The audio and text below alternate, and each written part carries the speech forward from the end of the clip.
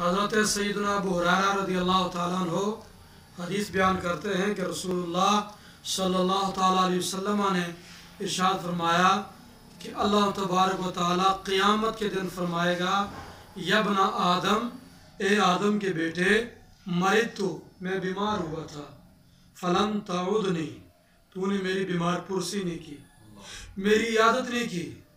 قال یا رب کیف اعودک وانت رب العالمین، یا رب العالمین میں تیری بیمار پرسی کیسے کرتا حالانکہ تو رب العالمین ہے، یعنی تو بیمار ہونے سے پاک ہے، تو میں تیری بیمار پرسی کیسے کرتا؟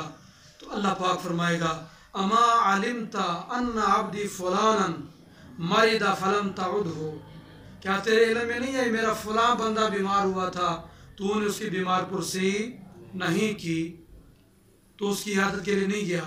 اما علمت انک لو عدتہ لوجدتنی عندہ یا ابن آدم، کیا تیرے علم میں یہ بات نہیں تھی کہ اگر تو اس بندے کے پاس بیمار پرسی کے لیے جاتا تو تو مجھے وہاں اس کے پاس پا لیتا؟ کیا مطلب؟ تجھے اجر و ثواب ملتا، میرا قرب ملتا۔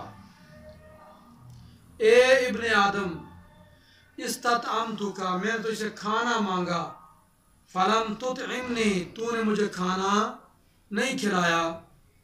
بندہ عرض کرے گا یا ربی کیف اطعمک وانت رب العالمین، اے میرے رب میں تجھے کھانا کیسے کھلاتا حالانکہ تو رب العالمین ہے، یعنی تو کھانے سے پاک ہے، تو بے نیاز ذات ہے، تو کیسے کھلاتا؟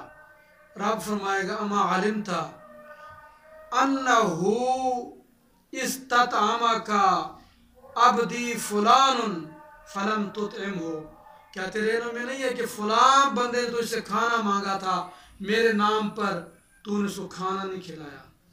تو اے میرے بندے تو نے اس کو کھانا نہیں کھلایا، کیا تیرے علم میں نہیں تھا کہ اگر تو اس کو کھانا کھلاتا تو لوجدت ذالک عندی، تو پا لیتا اس کا اجر میرے پاس، اس کا اجر میرے پاس، ثواب کھانا کھلانے کا میری بارگاہ سے تو حاصل کر لیتا۔ اے ابن آدم استسقیتک، میں نے تجھ سے پانی مانگا تھا، فلم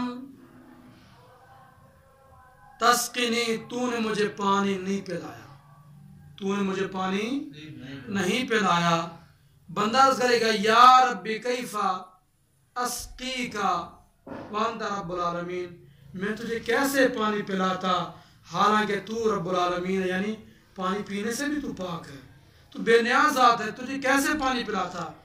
تو اللہ پاک فرمائے گا استسقاک عبدی فلان فلم تسقہ، تو اس سے میرے فلاں بندے نے پانی مانگا تھا، تو نے اس کو پانی نہیں پلایا، مطلب کہ تیرے پاس پانی موجود تھا، تو نے پھر بھی اس کو پانی نہیں پلایا۔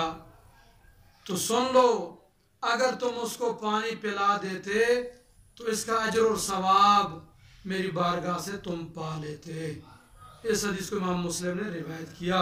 مطلب یہ ہے کہ اگر نیک اعمال کریں تو اس کا اجر اللہ کی بارگاہ سے ملے گا، اگر نیک اعمال سے کنارہ کشی کریں گے تو اللہ پاک ناراض ہوگا اور بندہ گناہوں کے اندر مبتلا ہوگا، رب نے پھر یہ امتحان جب لینا ہے وہاں جواب نہیں بن سکے گا۔